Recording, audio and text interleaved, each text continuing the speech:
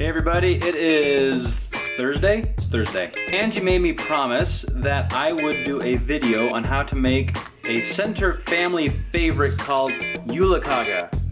It is, I believe it's Norwegian. Maybe it's German. Sounds more like German. I don't know. I'm not up on that aspect of my linguistics. Anyway, my mom has been making it ever since I was a little kid, and probably long before that. I know her mom used to make it, and I remember Grandma Mautz making it. So a number of years ago, my mom put together this notebook. And in this notebook, along with a couple of nice letters, are many of the recipes that I grew up with, including Mrs. Schmidt's Apple Crisp, Dot Baird's Lemon Jello Cake, which is my birthday cake of choice every year, Yulekage. It's basically just a white bread, a sugary white bread, but the special thing, two things make it Yulekage.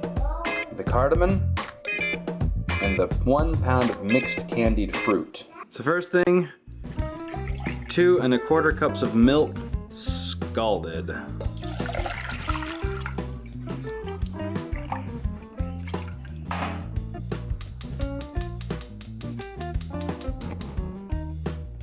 Six and a half cups of flour. Oh, now we're boiling. Scalding, good. Don't boil over, it's gonna boil over. Shoot, don't boil over. Oh, I saved it. Add the sugar. Add the butter. You're sitting on my foot. Let that all melt and get happy.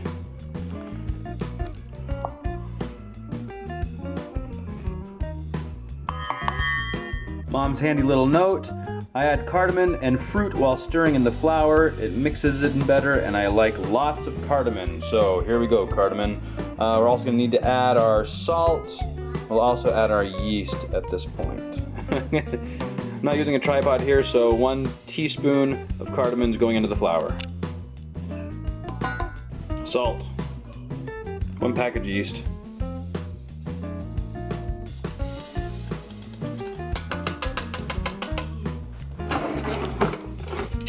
I don't have a sifter, so this is as close as I get to sifting, a whisk. And I think it works just fine. Okay, we're getting some meltage here. Stir it up. Once it's cooled a little bit, I will add 1 egg.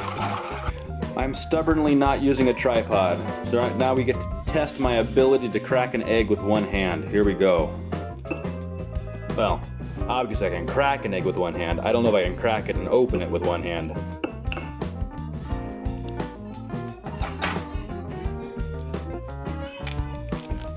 Yeah, I made a mess. That's okay. There's no shell in there. And whisk it up.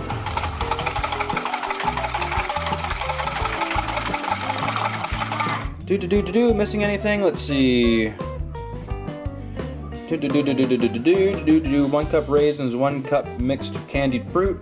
I don't know if I have any raisins. I think we got golden raisins.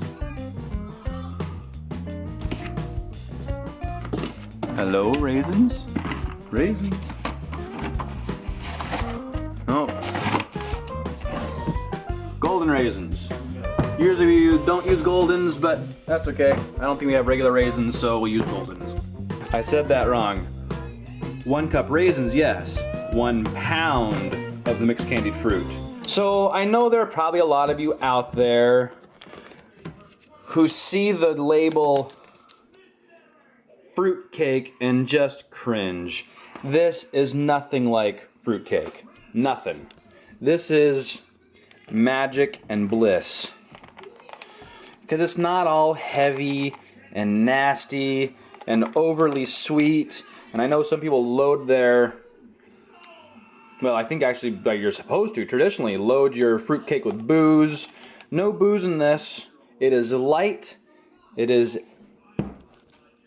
perfect for toasting, spectacular with butter. It's bread. So imagine your favorite cinnamon raisin bread. You like cinnamon raisin bread? Who doesn't like cinnamon raisin bread? Come on. So imagine your favorite cinnamon raisin swirl bread. only instead of just raisins and cinnamon, you're changing it out to candied fruit and raisins with cardamom. It's magic, I tell you. I think I did more than half. So I won't do quite as many raisins.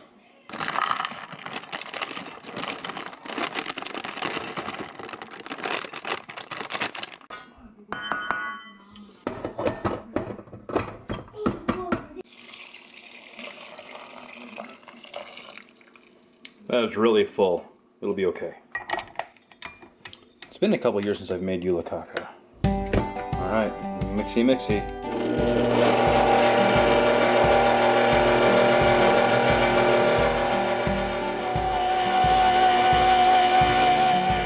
Okay, I don't want to lead you astray. I said this is light.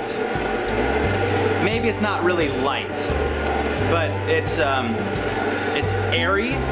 It's rich without being heavy. Am I sounding too foodie?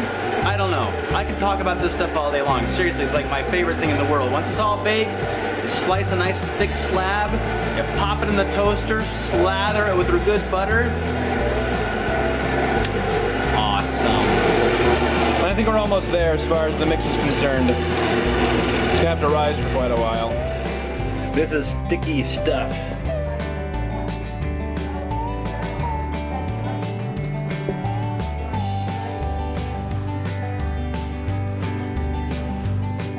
I'm not going to knead it a whole bunch,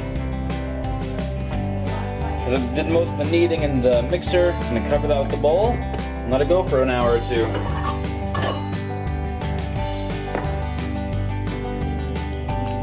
The dough has raised sufficiently for a punch down, and then I will portion it into loaf pans. And a beautifully textured dough. Okay, so they're portioned not exactly evenly. That's okay, it won't change the taste. I also sprayed it with a little no stick on top. That just helps keep it moist while it's doing its final rise. I'm gonna put a towel over it, let it go for another hour or so, and then I'll pop them in the oven. Okay, the oven is set for 325. Got them loaded onto a cookie sheet for easy transportation. Here they go. Should take about 45 minutes.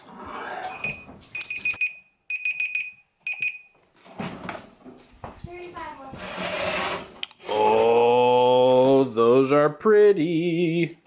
Yeah. Okay, so I didn't shape the loaf perfectly, or that wouldn't have happened, but it'll still taste fantastic. Now I need a stick of butter to melt over the top. Oh, she was my mission companion. She was my from Ohio. Okay, it is almost 7 o'clock at night, so I'm gonna leave those like that. Actually, I'm gonna pop them out of the bread pan before we walk out the door.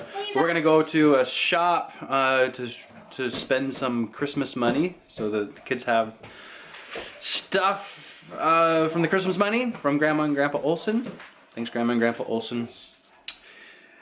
By the time I get back, excuse me, by the time I get back, that will have cooled. They will have cooled enough that we can slice it open and take a look. The moment of truth. Still warm. Crust seems a little hard. It's supposed to be. A little bit crusty is good. You guys want to try a piece? Yeah. Yeah, turn it this way. I can't. I'm left-handed. Here you go. Oh, it's soft and perfect. John, you want a piece of bread? So the best thing to do, cut it. You want a piece about twice this thick. And then toast it till it's golden brown, and then butter. The best thing. The best thing.